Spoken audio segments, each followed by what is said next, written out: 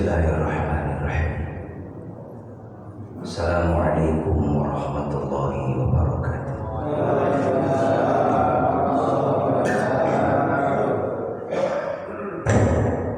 Alhamdulillahilladzi arsala rasulahu bil huda wa dinil haq liyudhhirahu 'ala dini kullihi walau karihal musyrikun. Asyhadu an la ilaha illallah al-malikul haqqul mubin Muhammadur Rasulullah shadiqul wa'dil amin. Allahumma shalli wa sallim ala sayyidina Muhammad wa ala alihi wa sahbihi ajma'in. Qala Allah ta'ala fi kitabil karim, bismillahirrahmanirrahim, infiru khifafan wa thiqalan wa jahidu bi amwalikum wa anfusikum fi sabilillah dzalikum khairul lakum in kuntum ta'lamun. Wa qala Nabi sallallahu alaihi wasallam lil a'mali afdal ya Rasulullah iman billah wa rasulih wa jihadin fi sabilillah thumma al-hajjul mabrur. Sadaqallah sadaqa Rasulullah sallallahu alaihi wasallam. Ketua DKM dan pengurus Masjid Jami Al-Hikmah yang senantiasa dirahmati oleh Allah Subhanahu wa taala, serta para hujaj, para asatidz, para orang tua yang sama-sama dirahmati oleh Allah Subhanahu wa taala. Tentunya tidak bosan-bosan kita mengucapkan tahmid alhamdulillah, karena dengan nikmat dan rahmat-Nya lah kita bisa bersama-sama beribadah kepada Allah Subhanahu wa taala. Mudah-mudahan dengan ibadah yang kita lakukan, kita senantiasa mendapatkan curahan rahmat, taufik, inayah, hidayah dan keberkahan dari Allah Subhanahu wa taala, hingga kita selalu dibimbing oleh Allah ke jalan yang lurus, jalan yang diridhoi oleh Allah Subhanahu wa taala, sampai kita menghadap Allah dan kita wafat dalam keadaan istiqomah dalam kebaikan. Amin ya rabbal alamin. Allahumma shalli ala Muhammad, salawat dan salam semoga terlimpah curahkan kehadiran Nabi kita Muhammad sallallahu alaihi wasallam yang kita harapkan syafaatnya. Jamaah yang dimuliakan oleh Allah Subhanahu wa taala, tidak terasa kita sudah memasuki bulan Rabiul Akhir. Berjalannya waktu begitu cepat. Berarti jamaah yang dimuliakan oleh Allah Subhanahu wa taala, berjalannya waktu itu berarti bertambahnya usia, berkurangnya jatah hidup. Ya. Kewajiban kita ini berdoa kepada Allah. Kalau Allah mau memperpanjangkan umur hambanya, ini mampu bagi Allah, karena umur itu hak prerogatif Allah. Bisa panjang umur, bisa pendek. Nah, kewajiban kita ini syariatnya adalah berdoa. Allahumma tawil umuruna fi ta'atillah, ya Allah panjangkan umurku dalam kebaikan. Buat apa panjang umur tapi buat maksiat? Ya, maka yang bagus itu kata Nabi, khairul umur, sebaik-baik umur, ya, atau riwayat yang lain, khairun nas, sebaik-baik manusia man tala umruhu, orang yang ketika dipanjangkan umurnya, wa hasuna amaluhu, yaitu selalu melakukan kebaikan. Itu orang yang baik. Wa syarrun nas, sejelek-jelek seburuk-buruknya manusia, man tala umruhu wa sa'amaluhu, yaitu orang yang dipanjangkan umurnya tapi gemar berbuat dosa, berbuat maksiat. Itulah orang yang seburuk-buruk manusia. Na'udzubillah, tsumma na'udzubillah min dzalik. Hadirin jamaah yang dimuliakan oleh Allah Subhanahu wa taala,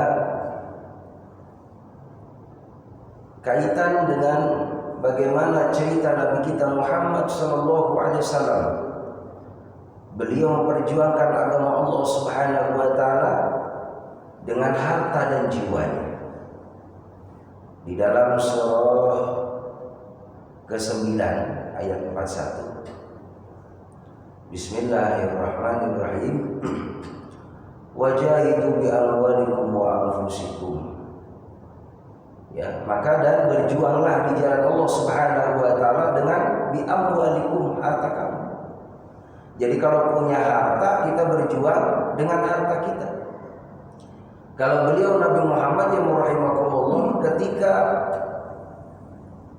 beliau menikah dengan Siti Khadijah, Siti Khadijah adalah wanita saudagar yang kaya raya.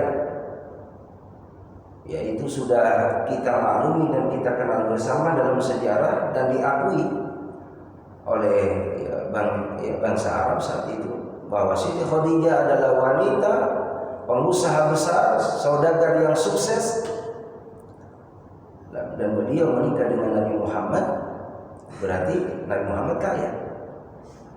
Tapi kekayaannya berdua itu, ya, baik Siti Khadijah dan Nabi Muhammad, ditasarufkan di jalan Allah Subhanahu wa taala.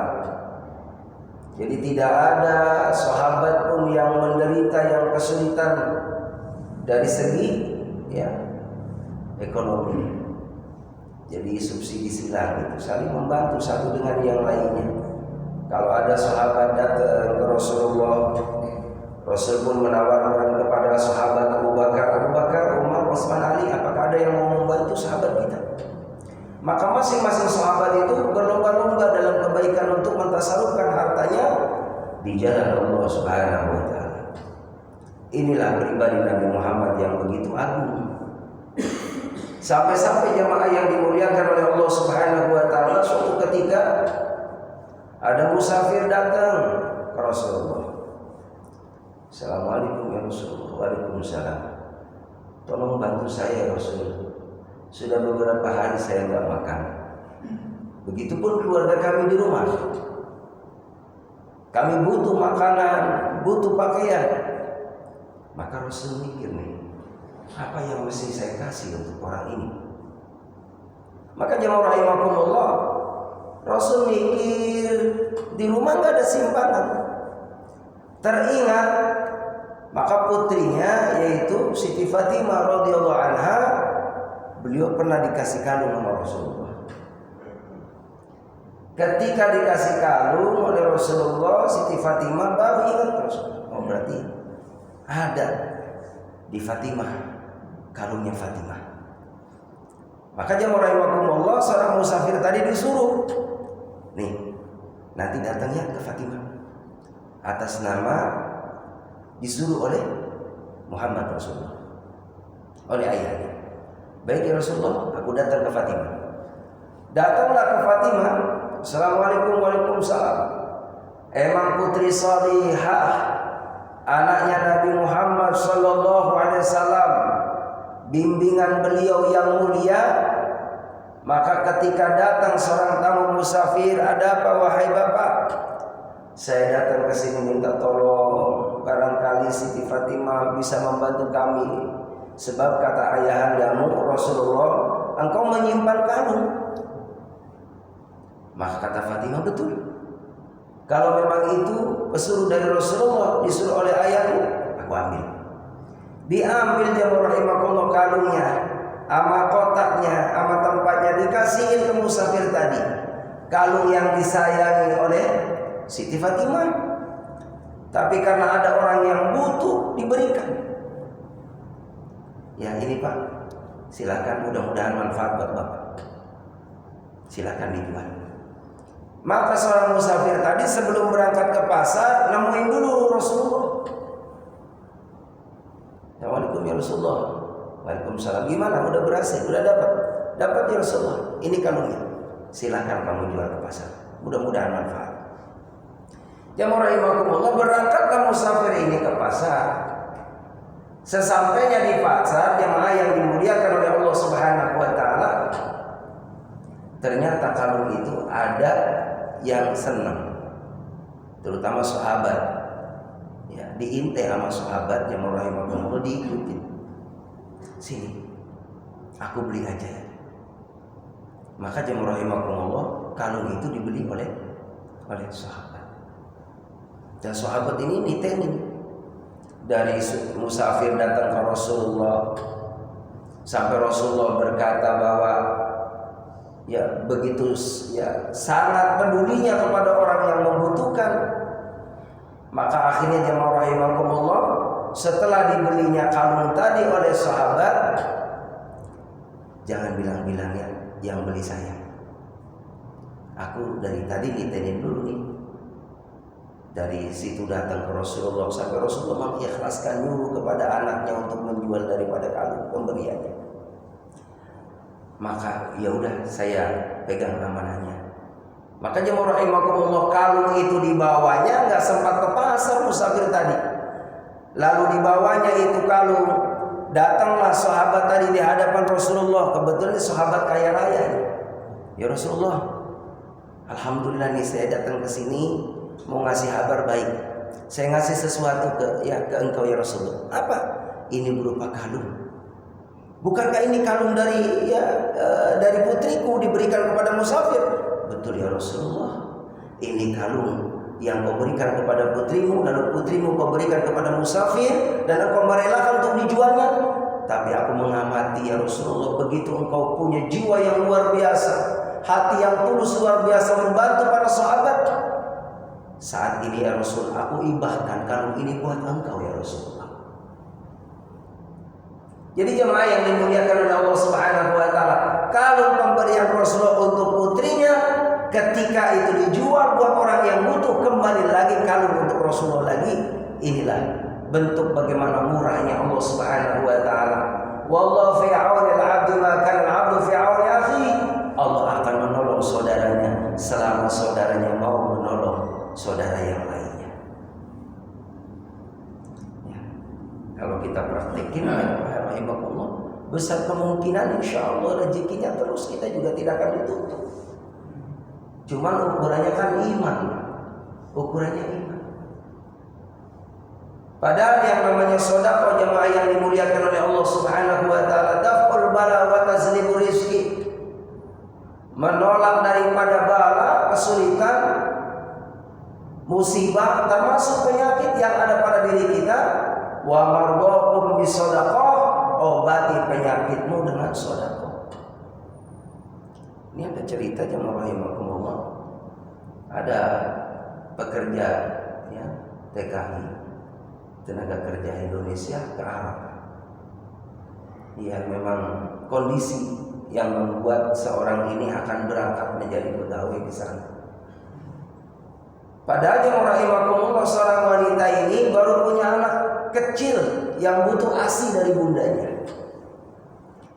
Karena kebutuhan ekonomi lah yang membuat seorang ibu tadi izin sama suaminya, izinin aku wahai suamiku untuk saya bekerja ke Arab.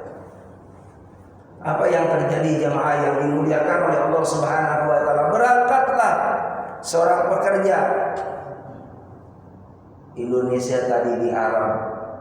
Setelah sampainya di Arab jemaah yang dimuliakan oleh Allah Subhanahu wa taala, seminggu 2 minggu dia kerja aktif rajin bantu ini. Kok hampir kesini 3 minggunya jemaah rahimakumullah, seorang perempuan tadi nggak enak makan, nggak enak minum, mikirin si bocah di sana karena butuh ASI. Nangis sampai bengkak matanya. Ditanya sama majikannya, kebetulan majikannya ini sakit-sakitan dulu hadirin. Ini majikannya dia punya penyakit, mohon maaf, dia kanker stadium 4 yang parah ini. Harus dioperasi, yang diangkat penyakitnya. Apa yang terjadi ketika seorang umi tadi, bunda tadi melihat pegawainya, pekerjanya, dia menangis. Ditanya, kenapa kamu menangis? Aku ingat anakku di kampung. Sudah hampir sebulan anakku aku tinggalkan, padahal baru aku punya anak yang masih kecil yang butuh ASI. Aku rindu sama dia karena kebutuhan ekonomi lah yang menyebabkan saya harus bekerja. Terketuklah hati seorang ibu tadi, majikannya tadi. Ya udah kalau begitu, kamu perjanjian dengan saya kan 2 tahun kontraknya. Saya hitung 2 tahun. Saya gaji full 2 tahun. Bismillah, karena Allah kamu pulang temui anakmu. Di sana anakmu merindukanmu. Jamaah rahimakumullah. 2 tahun kurang lebih, ya mungkin ya hitungan 50 juta anak pulang. Dia niat sedekah di dalam hatinya, ya Allah, saya sedekah ini mudah-mudahan jadi asbab Engkau angkat penyakitku ya Allah, sehingga hari itu saya akan dibawa ke rumah sakit untuk diangkat penyakitnya, Engkau sembuhkan wasilah aku bersedekah. Jemaah rahimakumullah, pulanglah seorang wanita tadi ke tanah air dengan iringan doa yang tulus juga. Mudah-mudahan ibu diberikan kesembuhan oleh Allah Subhanahu wa taala. Saya pamit, saya pulang kampung, pulang ke tanah air, dan ibu pun melepas dengan keikhlasannya. Semoga kau lebih bahagia di sana. Ibu ikhlas, ibu ridho. Doakan ibu biar diangkat penyakitnya mau. Setelah pulang jemaah rahimakumullah, ini dibawalah ke rumah sakit ibu ini. Setelah dicek jemaah rahimakumullah, bi qudratillahi ta'ala idza arada syai'an ayyakula lahu kun fayakun. Apabila Allah berkehendak jadi maka jadi. Dihilangkan penyakitnya oleh Allah Subhanahu wa taala. Yang serta diumpat, yang sebenarnya itu akan diangkat penyakitnya, harus dioperasi besar, ternyata diurungkan oleh Allah, digagalkan oleh Allah, dan diberikan kesembuhan yang sempurna oleh Allah Subhanahu wa taala. Itulah sedekah hadirin. Dan itulah amalan yang dilakukan oleh Nabi Muhammad, para sahabat, tabi'in, para ulama, orang-orang saleh yang terus untuk senantiasa memberikan manfaat maslahat untuk dirinya dan orang lain. Hadirin jamaah yang dimuliakan oleh Allah Subhanahu wa taala. Beliau Nabi kita Muhammad sallallahu alaihi wasallam berjuang hartanya, jiwanya untuk agama Allah Subhanahu wa taala. Beliau habis waktunya untuk senantiasa memikirkan umatnya agar sampai itu ajaran agama Allah kepada hati orang Islam, lalu mereka meyakini bahwa dialah Allah Subhanahu wa taala yang patut disembah. Lalu umatnya tadi dengan doanya Rasulullah mau beribadah kepada Allah Subhanahu wa taala, mau melaksanakan rukun Islam yang 5, berharap bagaimana umatnya semua kumpul dengan Nabi Muhammad. Inilah misi visi Rasulullah. Jadi Muhammad itu hadirin, beliau itu siang malam mendoain kita, Pak. Beliau tuh nggak pernah tidur, hatinya hidup terus hatinya.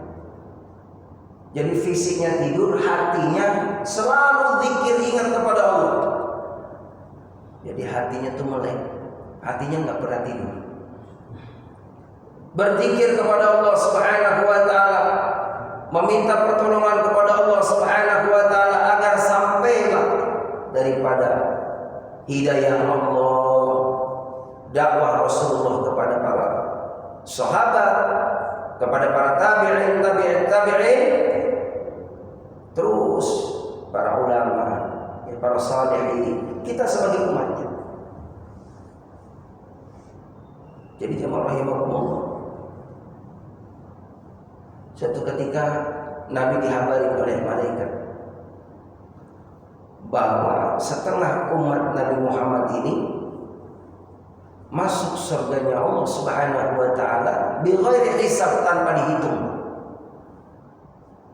Senyum Rasulullah SAW, karena ada setengah umatnya, nisfu min ummatika ya yadkhuluna jannah bighairi hisab. Jadi ada separuh umatmu masuk dalam surga tanpa dihitung. Tapi jemaah rahimakumullah, Nabi mikirin lalu bagaimana yang lainnya. Itulah PR. Pengennya Nabi Muhammad jangan sampai ada satupun yang mampir hadir. Pengennya Nabi Muhammad bareng-bareng nih umatnya ada dalam surganya Allah. Itulah Nabi gak enak makan, gak enak tidur hadirin. Tidurnya sedikit mikirin umatnya.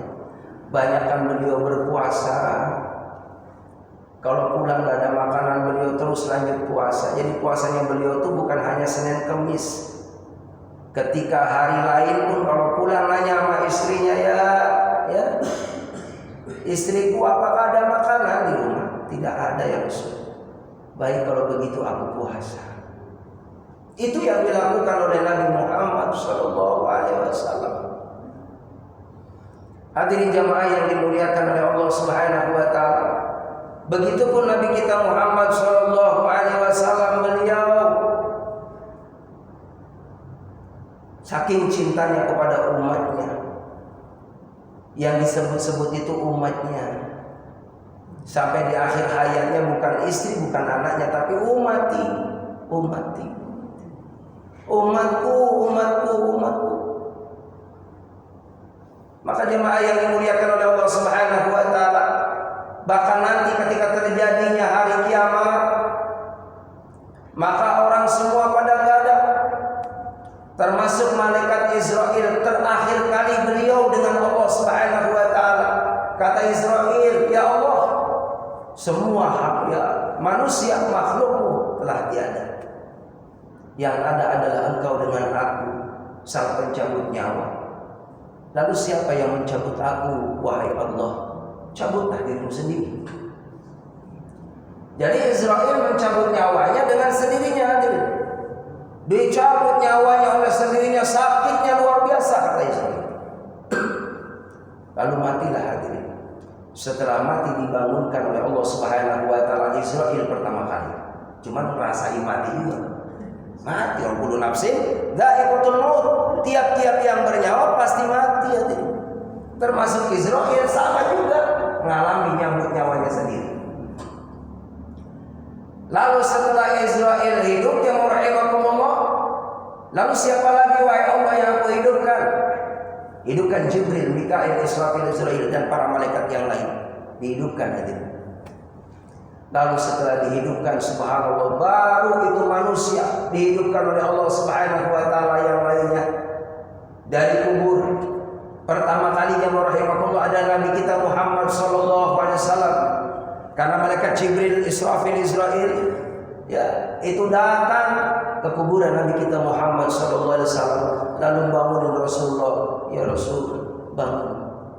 Lalu bangun, nanya, ini hari apa? Mahadha yaum, ini hari apa? Maka kata malaikat Jibril, ma wa'adar rahman wa sadaqal mursal.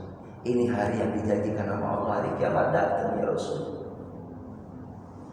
Nabi Muhammad yang dibangun lebih awal, tapi beliau tidak nyari mana istriku, mana anak-anakku, mana cucu-cucuku. Yang ditanya, aina ummati, mana umatku? Bagaimana keadaan umatku? Jadi yang ditanya adalah umatnya, hadirin jamaah yang dimuliakan oleh Allah Subhanahu wa taala. Maka akhirnya itulah berlakunya syafaat Nabi Muhammad sallallahu alaihi wasallam ketika orang dibangkitkan dari alam kubur, menunggu hisab, berkumpul di padang mahsyar 50.000 tahun, dipanggil satu persatu, hadirin, akan ditanya tentang umurnya, tentang kesehatannya, tentang ilmunya, tentang hartanya. Itu 4 itu akan ditanya, hadirin. Bakal ditanya umurnya buat apa, kesehatannya buat apa, ilmunya dipergunakan buat apa, hartanya dari mana dan dibelanjakan kemana. Tuh, harta mah 2, Pak ya. Dari mana dan dibelanjakan kemana. Nah, jadi orang yang gak punya mah gak ada yang ditanya. Nah, dari mana orang gak ada apa-apa. Ya kan? Tuh begitu. Makanya orang kaya, hadirin jamaah rahimakumullah, nanti nunggu 500 tahun masuk surganya, orang miskin duluan. Jadi anak kaya miskin, Pak.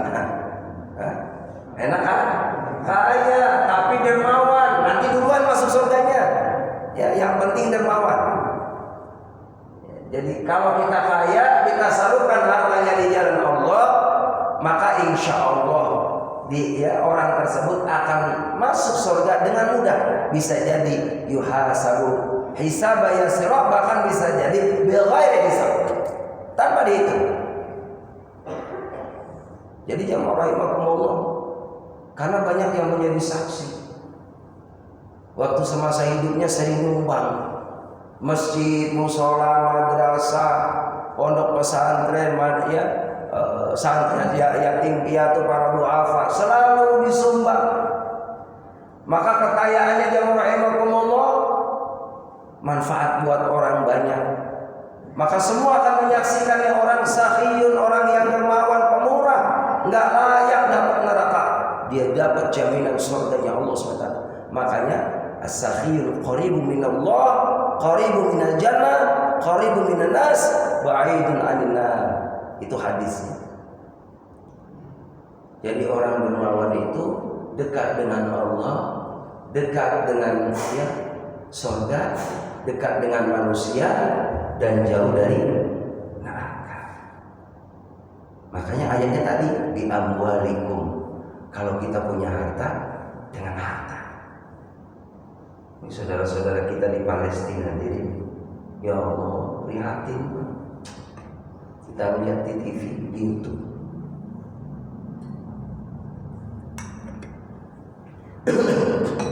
Ibadah nggak nyaman, nggak bisa ya. Ibadah semampunya. Itu yang namanya bom nuklir, tembakan senjata, ya Allah. Udah banyak jadi korban hadir. Kita nggak bisa kesana, minimal doain, Pak. Karena mereka adalah ikhwan kita, saudara kita hadir. Ada keluarga yang sudah habis semua, istri anak-anaknya meninggal, tinggal sendirian. Ada yang habis semua harta dan dirinya menjadi mujahid, menjadi syuhada ya Allah Subhanahu wa ta'ala. Maka kewajiban kita ini adalah mendoakan, syukur-syukur pakai kunut najilah. Allahumma ahlikil kafarata wal mubtadi'ata wal musyrikin a'daka a'dadin. Allahumma syaddid samlahum wa farid jama'hum wa zalzil aqdamahum. Itu doanya supaya mereka musuh-musuh Allah dikalahkan dengan tentara-tentaranya Allah. Karena ada jundullah, tentara Allah bersifat gaib, para malaikat. Bagaimana waktu perang Badar? Perang Badar itu Nabi dan para sahabat hanya 313. Orang kafirnya 1000, 3 kali lipat. Apa yang terjadi? Perang Badar dimenangkan oleh Nabi Muhammad dan para sahabat karena banyak tentara-tentara Allah, para malaikat Allah ikut juga berjuang. Saya yakin hadirin, di sana pun banyak para malaikat yang terus melindungi saudara-saudara kita.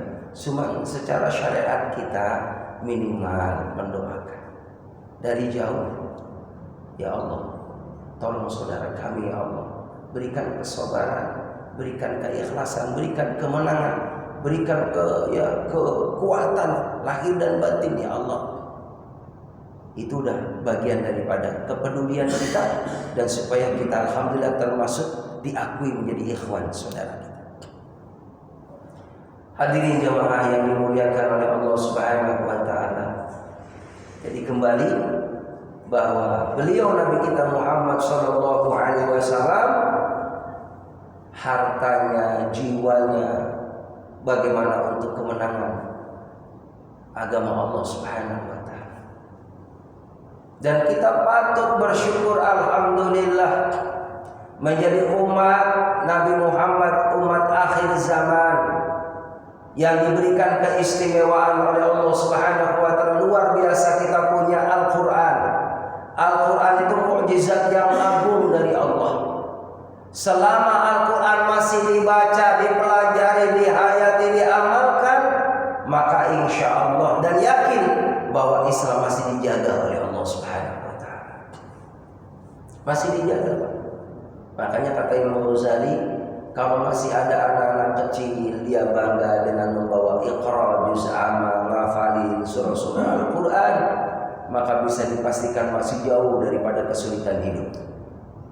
Ya, cuma sekarang ini udah kita mohon maaf ya, ngerasain ini daripada apa ya, kita butuh banget suasana yang nyaman, ya, tenang, damai. Di antaranya kita ini lagi dalam kondisi kesulitan air. Kemarau ini udah terasa betul ini hadirin. Udah waktunya pada sholat istisqa. Nyontoh Nabi Muhammad, beliau juga pernah sholat istisqa. ketika musim kemarau jamaah rahimakumullah, padahal Rasul itu mampu Pak, tinggal ngadain kedua tangan aja hujan langsung. Tapi menyempurnakan syariat. Karena Nabi jamaah rahimakumullah pernah juga suatu ketika ada satu kampung kemarau. Maka berbondong-bondong di satu kampung datang ke Rasulullah, ya Rasulullah, doain kampung kami biar turun hujan. Nabi Muhammad langsung hadirin, ngangkat tangan minta sama Allah. Seketika langsung awan datang dan langsung hujan turun. Nah, Nabi nyontohin hadirin sama kita umatnya. Kalau sudah musim kemarau seperti ini, sholat istisqa minta sama Allah. Karena sesungguhnya yang ngatur alam ini Allah. Allah bisa nahan hujan kapan, berapa minggu, berapa bulan, mampu bagi Allah. Tapi Allah juga mampu menghadirkan hujan dengan cepat. Di antaranya masing-masing memperbanyak mohon ampun kepada Allah. Istaghfiru rabbakum innahu kana ghaffara yursilis samaa 'alaikum midrara. Itu doanya. Kalau orang kampung buat pujian ya Pak ya. Istaghfiru rabbakum innahu kana ghaffara yursilis samaa 'alaikum midrara. Hafal enggak Pak? Nah, itu tuh. Hafalin Pak. Itu doa turun hujan. Ya sambil itu ya sambil nunggu ya, nunggu mendung gitu ya. Astaghfiru rabbakum dulu Pak. Kalau baca doa ini langsung spontan dulu Pak. Ya, dulu kalau udah minta aja nih orang tua kita tuh masih benar-benar Masya Allah, itu langsung awan Pak, gelap. Hujan. Ada lagi doa Allah ya Karim anzil alaina minas sama'i ma'an midrara. Itu juga doa minta hujan tuh Pak.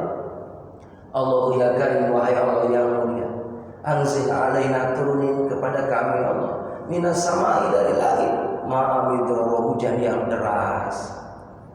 Tapi hujan yang manfaat juga Pak. Kalau minta hujan biar manfaat, jangan sampai hadirin mohon maaf ini sebenarnya ini. Jadi karena orang kampung tadi datang ke Rasulullah musim kemarau, ya Rasul, engkau seorang Rasul, doain kami biar hujan Pak. Nggak berhenti. Datang lagi ke Rasulullah, ya Rasul kenapa nggak berhenti? Nah tadi katanya minta hujan, diturunin. Rasul minta lagi, ya Allah terangin ya Allah, terang hadirin. Jadi kalau hujan pun ada doanya. Kita ini umat Muhammad luar biasa Pak, lengkap. Minta hujan ada, ketika turun hujan pun ada doanya. Allahumma sayyiban nafi'an ya Allah. Mudah-mudahan hujannya bawa manfaat ya Allah. Jangan hujan siang malam ya Allah. Repot juga terbanjir, saya nggak bisa aktivitas. Sampai Nabi ngasih bocoran.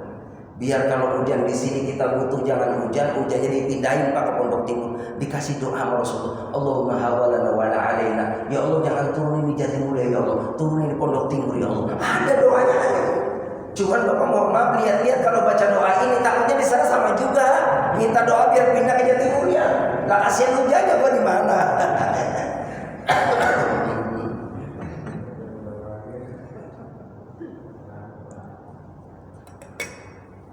Islam itu lengkap Pak.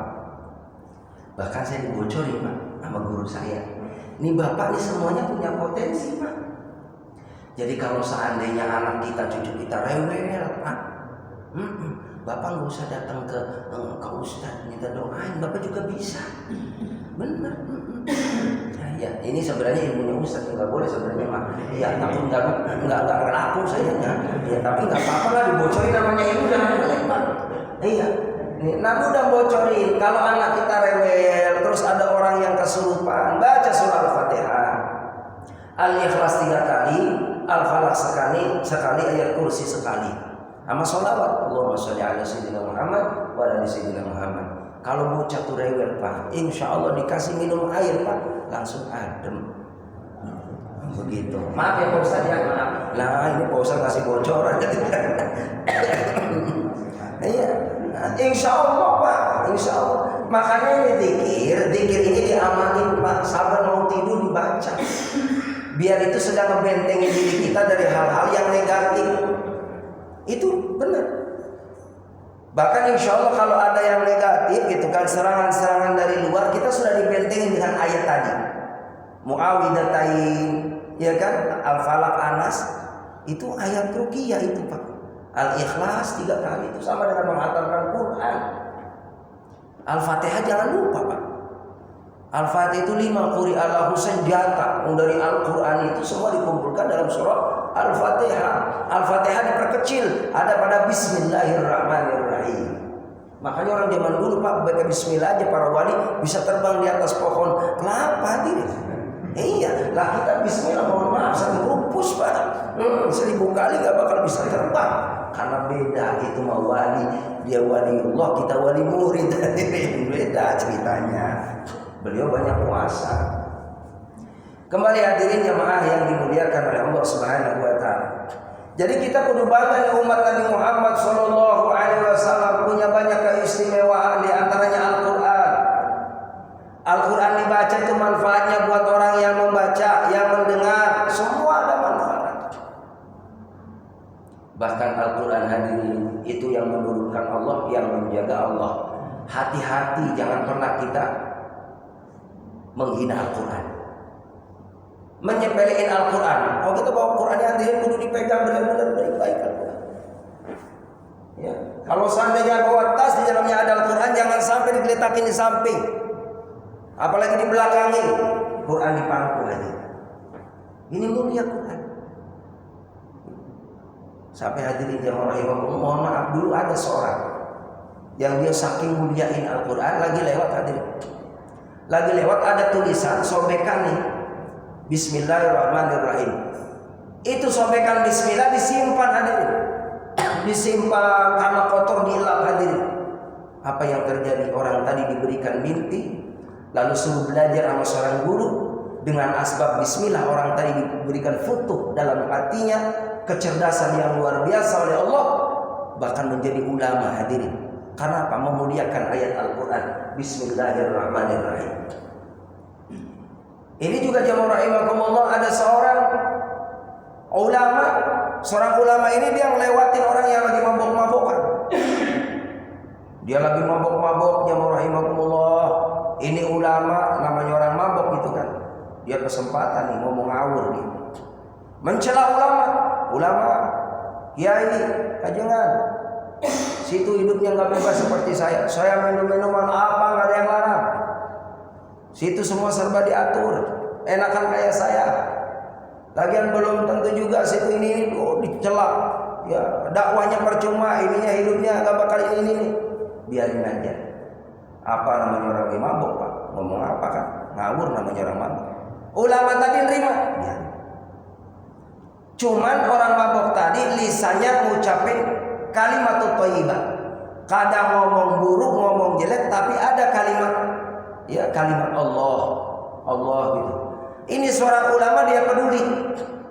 Ini orang dalam ya tubuhnya ada minuman yang diharamkan oleh Allah. Mulutnya ini ada najis, ada sesuatu yang tidak diridhoi sama Allah, tapi masih mengucapkan Allah. Maka orang tadi, ulama tadi yang rahimakumullah nyamperin orang mabuk. Ini ketua premannya nih Pak. Lalu dibasuh sama ulama. Dibasuh. Kenapa? Ini kasihan nih. Ini lafaz suci ini enggak boleh tercampur dengan orang yang mulutnya ada najis. Ada sesuatu yang haram. Maka dibersihkan sama ulama, dikumur-kumur dibersihkan. Maka apa yang terjadi jamaah rahimakumullah? Dia terus mengucapkan kalimat thayyibah Allah. Setelah ulama jauh hadirin jamaah rahimakumullah, dengan asbab ulama tadi membersihkan mulutnya orang yang sedang mabuk, setelah dia sadar jamaah rahimakumullah, gemetar tubuhnya. Dia seakan-akan ada hidayah dari Allah Subhanahu wa taala, mendapatkan petunjuk dari Allah Subhanahu wa taala. Tadi ada ulama begitu orang baik, kenapa saya cela, kenapa ya saya hina, caci maki? Padahal dia secara ikhlas membersihkan mulutku. Sampai sehingga subhanallah, aku ini merasa takut kepada Allah Subhanahu wa taala, merasa menyesal melakukan perbuatan dosa besar ini, karena aku berbuat hal yang tidak diridhoi sama Allah. Minum khamr adalah perbuatan dosa yang besar. Aku taubat ya Allah, aku taubat ya Allah, aku nyesal ya Allah. Maka dia datang itu ya orang pemabuk tadi beserta rombongannya mendatangi seorang ulama tadi, dan dia menyatakan taubat dengan taubatan nasuha, mau mengaji kepada ulama dengan asbab ulama ikhlas tadi, membersihkan mulutnya orang yang mabuk yang ada dalam lisannya, memanggil kalimat-kalimat yang baik, memanggil Allah Subhanahu wa taala. Jadi menjadi asbab hidayah hadirin. Nah, itulah yang diajarkan oleh Nabi kita Muhammad SAW. Kita tidak boleh artinya melemahkan seseorang yang saat ini mohon maaf dia asik berbuat dosa, tetap kita mendoakan mereka supaya mendapatkan petunjuk dari Allah Subhanahu wa taala. Dan kita tidak boleh ujub dengan amal ibadah kita yang saat ini kita sudah menikmati kesolehan ketaatan kepada kita, sehingga kita bangga diri, sehingga kita ini melemahkan orang lain, mencela orang lain, menghina orang lain yang belum dapat hidayah, sehingga dirinya menjadi orang yang tadi ya ujub, sombong. Nggak ada orang yang lebih soleh dari saya, nggak ada orang yang lebih pintar dari saya, nggak ada orang yang lebih baik daripada saya. Maka kalimat-kalimat dan perasaan seperti ini perlu kita tepis sejauh-jauhnya agar kita aman daripada sifat yang tidak diridhoi oleh Allah. Hadirin yang rahimahullah, mudah-mudahan kita termasuk orang-orang yang selalu dijaga hatinya oleh Allah Subhanahu wa taala, mengikuti daripada akhlaknya Nabi kita Muhammad SAW. Itu saja. Mari kita sama-sama senantiasa istighfar astagfirullahaladzim, innallaha ghafurur rahim. Subhanallah bihamdika asyhadu an la ilaha illa anta astaghfiruka wa atubu ilaik. Walhamdulillahirabbil alamin. Assalamualaikum warahmatullahi wabarakatuh.